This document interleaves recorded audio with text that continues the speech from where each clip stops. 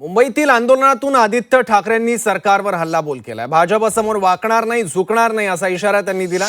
आपण भाजपचे गुलाम होणार नसल्याचं त्यांनी म्हटलंय। आदित्यांना गिरीश महाजनांनी प्रत्युत्तर दिलं। ठाकरेंना आपण कुठे झुका म्हणतोय असा पलटवार महाजनांनी केलाय।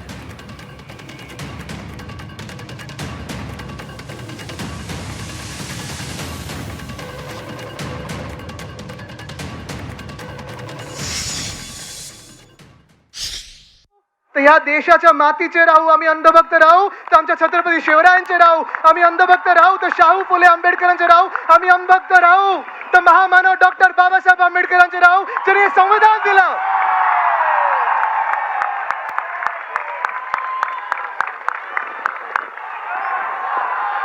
पण भाजप समोर वाकणार नाही, झुकणार नाही।